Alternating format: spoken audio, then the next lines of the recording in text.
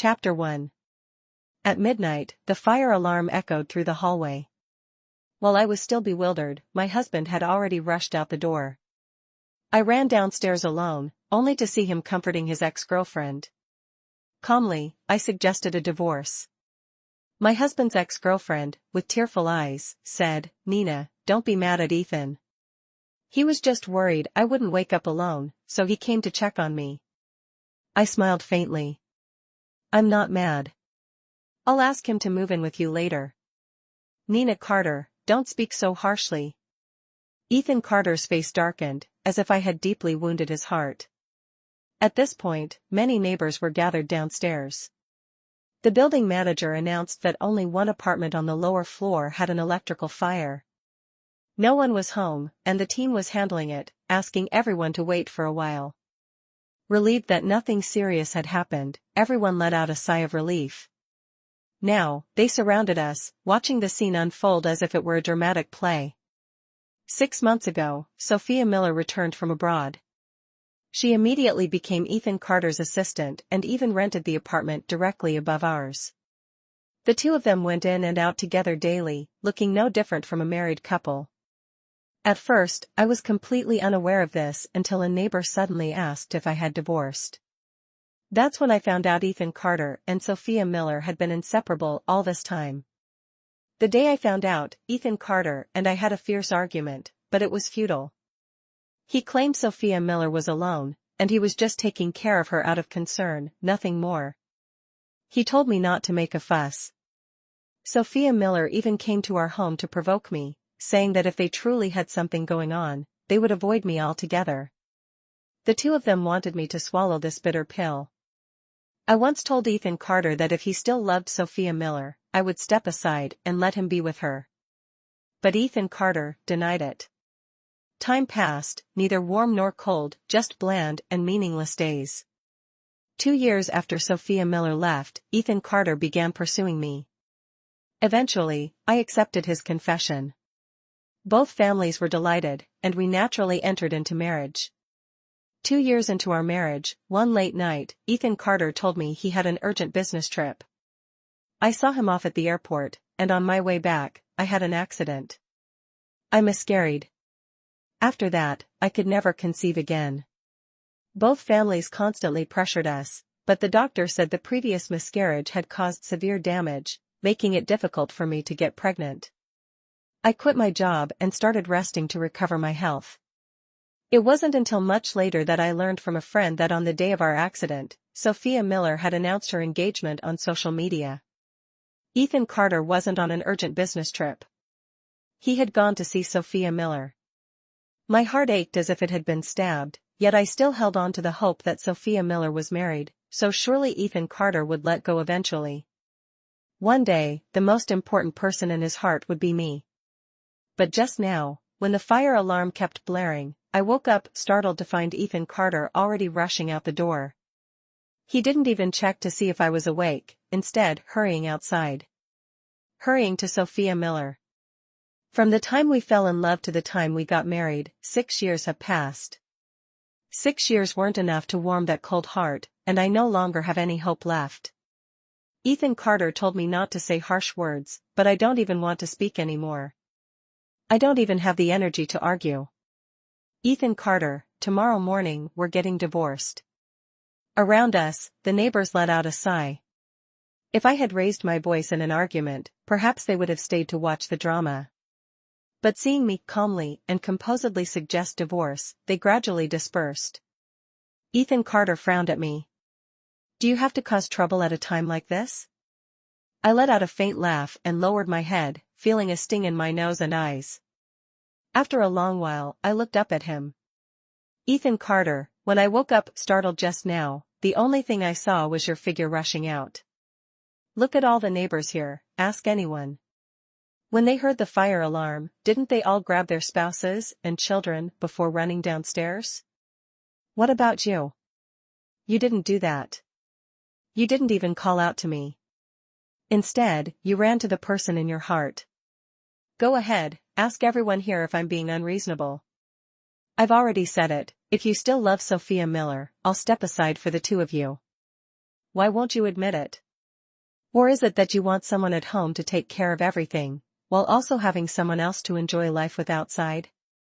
Chapter 2. It's the 21st century, the law doesn't allow you to take a second wife, nor does it permit you to keep a mistress, I said, my words sharp and unyielding. The neighbors around us cast disdainful glances at Ethan Carter and Sophia Miller. The people living here, though not wealthy enough to make it onto the list of billionaires, were mostly individuals of reputation and status.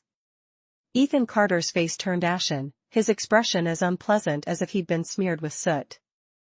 Furious, he lashed out at me. Nina Carter. Don't go too far. Sophia Miller's large eyes brimmed with tears, which fell like a broken string of pearls. She pushed Ethan Carter's hand away and limped out of sight. Ethan Carter stopped arguing with me and ran after her. The building manager announced that the fire had been extinguished, and everyone returned to their homes. Ethan Carter didn't come back.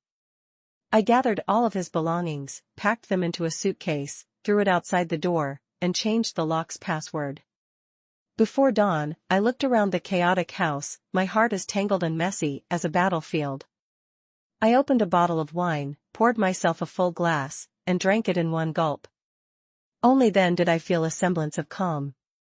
Scrolling through Sophia Miller's social media, I saw a photo she posted, a shot of Ethan Carter from behind, the background suggesting they were at a hospital. 7 years of twists and turns, yet he's still here, and I still love him. A wave of nausea surged through me. I turned off my phone and sat on the balcony swing until sunrise. Watching the sun rise, I saw the bustling traffic outside.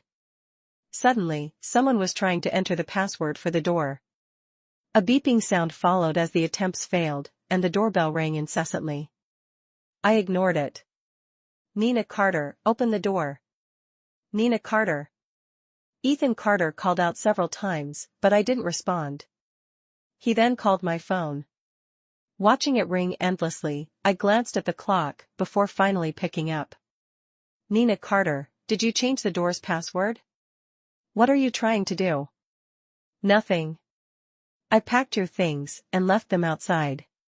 Meet me at the Civil Affairs Bureau at 9:30. Nina Carter, open the door. Let's talk. What's left to talk about? Even if you want a divorce, shouldn't the assets be divided? Hearing those words, I smirked mockingly. Ethan Carter, haven't our assets already been divided long ago? Very well, the stock prices are stable, and I'll return to the company to work. This time, after our discussion, the 10% shares gifted by my in-laws were officially transferred to my name. After the miscarriage, out of guilt, Ethan Carter signed an agreement with me. Beyond real estate and cash, he also compensated me with 9% of his shares. When we first started the business, my husband and I owned 40% of the shares. If I divorced and took half, the shares I'd hold would undoubtedly surpass Ethan Carter's. I've already returned to the company, but Ethan Carter and I are still living separately. There's a young woman who recently joined the company, and she looks strikingly similar to Sophia Miller. Sophia Miller is clinging more tightly to Ethan Carter than ever. When she saw me again, her once subtle defiance was gone, replaced by a gaze filled with resentment. I know, it's because I haven't divorced him. In the elevator, it was just the two of us. Nina Carter, what's the point of you acting like this? She suddenly spoke, and I pretended not to understand. I'm not sure what Mrs. Miller means by that. Ethan Carter doesn't love you at all. What's the point of what you're doing? I stared at her and smirked coldly. Whether it has a point or not, what does that have to do with you? Whether he loves me or not, I don't care. But hey, didn't you always advise me not to divorce him, not to blame him? Why are you so angry now? Sophia Miller, you're truly pitiful. Watching you dance around every day is quite entertaining for me. The elevator arrived, and I stepped out first. After a moment's thought, I turned back and added, why didn't Ethan Carter leave work with you today?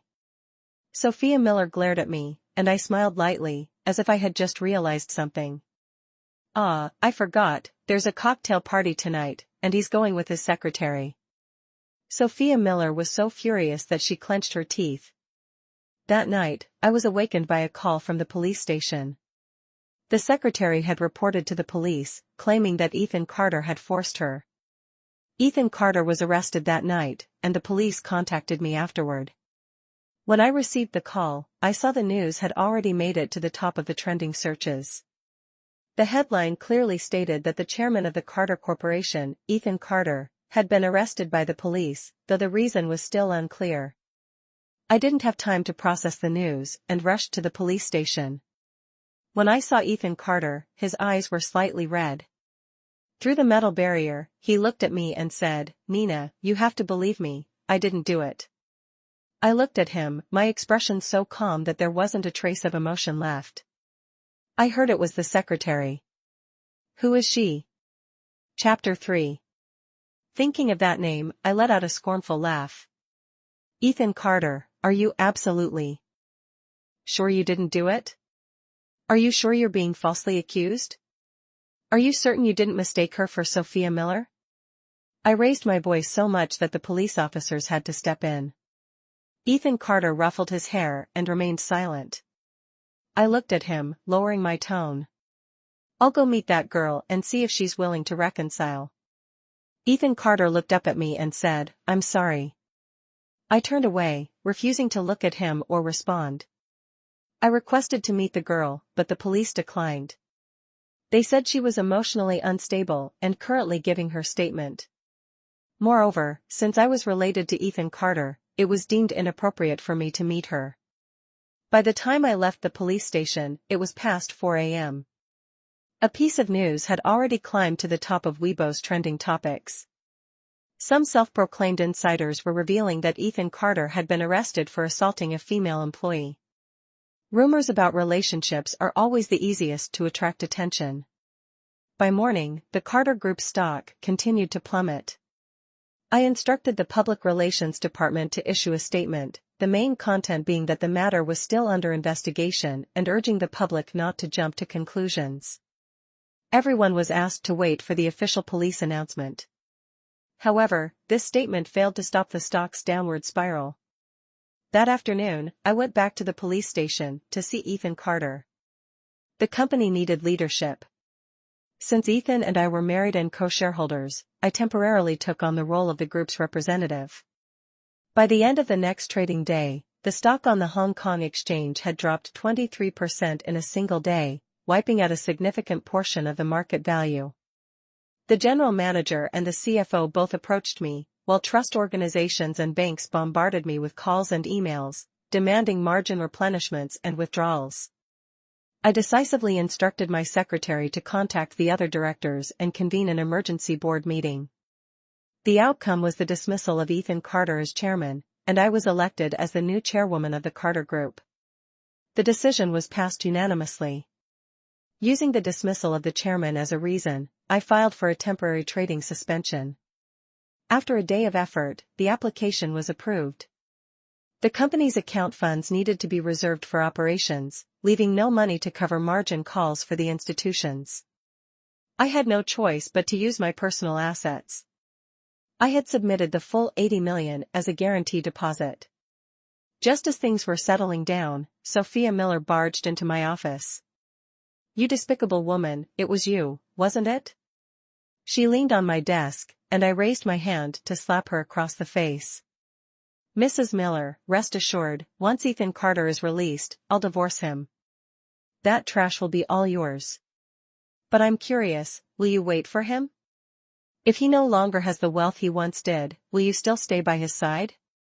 You've loved him for the past 7 years, so I assume you will, right?" Sophia Miller stared at me, stunned, her lips trembling, but she said nothing. I raised an eyebrow slightly, smiling faintly as though nothing had happened. "If there's nothing else, please leave. You're Ethan Carter's assistant, but until he's back, you don't have any work to do." "What about the others? Aren't they also Ethan Carter's secretaries?" "They're secretaries of the Carter Corporation, not exclusively his. Only you are personally tied to him." 10 days later, the company had stabilized, but Ethan Carter still hadn't been released. The parents of the girl involved requested a meeting with me, accompanied by a female police officer. They were two simple-looking farmers. I bowed my head in apology, noticing the confusion in their eyes. Emily Hill's mother cried as she spoke to me. From now on, Emily Hill's reputation will be ruined. She won't be able to return to the village, and it will be difficult for her to find a decent husband. She's still so young. I glanced at the female police officer, who avoided my gaze. Then I turned to the distressed woman and assured her, as long as Emily Hill agrees, I can offer compensation. If she wants to go abroad, I can buy her a house and arrange a stable job. The same goes if she chooses to stay in the country. The couple looked toward the female officer, who frowned. I asked, "Is this at Emily Hill's request?" The officer nodded, and I said, "If it's her request, why not let me speak to her directly? Don't worry, I'm a woman too. I will never hurt the victim again." The female officer looked at me, slightly surprised, then agreed. "Let me check with Emily Hill." I picked up my bag and stood. "Let's go together. If she agrees to meet, we'll talk directly." Emily Hill agreed to meet with me. I laid out my terms, and Emily Hill chose to go abroad. She also had a younger brother, and her parents would live with him in the future. I gave her parents $2 million so they could leave the village and settle elsewhere. Once Emily Hill left, the situation would gradually quiet down. After signing the reconciliation agreement, Ethan Carter was released. I was the one who picked him up, and we went to have hot pot together. From the pinnacle of success to utter despair, it only took 10 days in prison. While eating, he suddenly said, "The first time I met you, you were working part-time at a hot pot restaurant.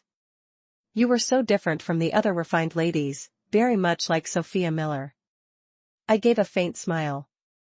That time I was just helping out a friend. "I know. Precisely because I knew, I started liking you. Sophia Miller and I met when she was working part-time at a hot pot restaurant. When I loved her the most, she left me, and since then, I haven't been able to forget her. Nina Carter, I'm sorry."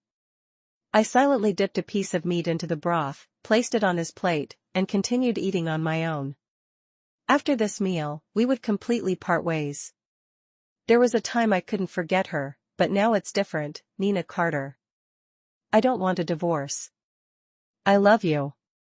I finished eating, put down my chopsticks, looked at him, and said, "I don't feel the same. Go pack your things. We're going to the Civil Affairs Bureau. Sophia Miller is still waiting for you at the company." In the end, Ethan Carter went with me to get the divorce certificate. I drove to the company, and he said he would come along. When we arrived, Sophia Miller burst into tears and threw herself into his arms. It was a touching scene. I didn't look, walking straight into the office. Ethan Carter followed me inside. He glanced around the office, now unfamiliar to him, and then at the business card on my desk. President, Nina Carter. From surprise to shock, he finally understood everything. "You did this on purpose. Nina Carter, did you plan all of this?" I asked him, "What exactly did I do on purpose? Last time, you suddenly said you wanted a divorce. Was it because you had already planned it all out in your head? You wanted to kick me out of Carter Corporation and make me a laughingstock, didn't you? How could you be so cruel?" I grabbed the glass of water in front of me and splashed it right into his face. "Was it my fault that you couldn't control yourself? Did I force you to do it? You did it all on your own. Ethan Carter, you betrayed me first, and then you betrayed everyone at Carter Corporation. This company was built by both of us, not just you. With a leader like you, it's only a matter of time before the company collapses." "Oh, Ethan Carter, did you know that before your parents went to your sister's place, they transferred their shares of Carter Corporation to me? So, I'm not the only one disappointed in you. Isn't Sophia Miller still waiting for you? Whether you want to keep or sell the rest of your shares is up to you. After all, you're not short on money. Go and live happily with the person you love." After the divorce, I took over the operations of the corporation. For a long time after that, I didn't hear any news about Ethan Carter. The most recent update came from his sister, who called me. She asked if I was busy and, if not, suggested I take a trip to England. Chloe Carter rarely reached out to me, so I knew that if she did, it must be something related to the family elders or Ethan Carter. If it involved the elders, no matter how busy I was, I would go. But if it had anything to do with Ethan Carter, I didn't want to get involved. Are your parents doing well? I asked Chloe Carter. She hesitated for a moment during the video call, but eventually told me. They're fine, but it's about Ethan Carter. I fell silent, unwilling to continue the conversation. Chloe Carter spoke again. Nina, for the sake of our parents, please go see him. Ethan Carter, he might not make it. I frowned. What happened? The matter is very complicated, and the current situation is also very serious. If you agree to come, I'll have my secretary book a flight for you right away. I'll think about it. All right. After ending the call, I remained silent for a long time. In the end, I still decided to book a flight and head to London. Meeting Ethan Carter again, he was lying on the hospital bed, connected to a ventilator, his body covered in bandages, and his parents had aged significantly. How did it come to this? Chloe Carter gritted her teeth and said, it's because of Sophia Miller. She returned to the country after fleeing her debts, but Ethan Carter didn't know about it. After helping her leave the country, the debt collectors came after him. Not knowing the reason, he stepped in to help, but Sophia Miller ran away, leaving Ethan Carter to be stabbed. Nina, a few days ago, he woke up and kept calling your name. I couldn't believe it, but Chloe Carter insisted, I wouldn't lie to you about this. It's not just because Ethan Carter keeps mentioning you that I reached out to you, it's because there's truly no other way. Ethan Carter has sustained injuries to his heart and lungs and might not make it. Chapter 4. Ethan Carter betrayed me once, and I had calculated my revenge afterward. Logically speaking, we no longer owed each other anything. But those were 6 years of my life I gave to him, and because of that, I might never have children in this lifetime. So, to say that the debt is settled would be untrue. I cannot forgive Ethan Carter. He regained consciousness on the second day after I arrived. At that time, I was still jet-lagged and had dozed off for a while when Chloe Carter's child came to wake me. Auntie, Uncle is awake. He's asking for you. I followed the child to him. Ethan Carter looked at me weakly. Nina Carter, I'm sorry. I looked at him, stepped closer, and gently shook my head. An apology means nothing to me. I deeply regret letting you see me off at the airport back then. If I hadn't, our child would now be 4 or 5 years old. I regret sneaking around behind your back with her. I regret divorcing you. Nina, I regret it all. I stared into Ethan Carter's hopeful eyes, as if he was waiting for me to say I would forgive him. Ethan Carter reached out his hand to me, hoping I would take it, but I didn't. I just stood there, cold and composed, watching him regretfully close his eyes and let his hand drop. The day Ethan Carter was buried, Chloe Carter managed to catch Sophia Miller. The day after attending his funeral, I returned to my home country. At the airport, I happened to run into Emily Hill. She called my name in surprise. In such a foreign place, we had coincidentally met. We shared a cup of coffee, and I thanked her. She asked if I had any regrets. I shook my head. No regrets. What about you? She didn't regret it either. She said she had a boyfriend now, a Frenchman, very romantic. I sincerely wished her happiness. When we parted, she hugged me. After passing through security, I received a distress message from Sophia Miller. She said Chloe Carter wanted to kill her. I didn't reply, blocked the number, and then deleted the message, pretending nothing had happened. From that moment on, I never heard from her again. On the other hand, Chloe Carter's business thrived. She transferred all the assets left by our 2 uncles abroad. None of us ever mentioned the fight for control of the Carter Corporation. They didn't, and neither did I. We quietly lived our ordinary lives like that. 2 years later, my younger sister, Selena Carter, got married. Ethan Carter's parents returned from London to attend my sister's wedding. They still treated my parents the same as before, as if nothing had ever happened. That afternoon, after the wedding, my aunt invited me for a walk. She advised me that if I met someone suitable, I should have the courage to start over. I smiled and replied, "I will."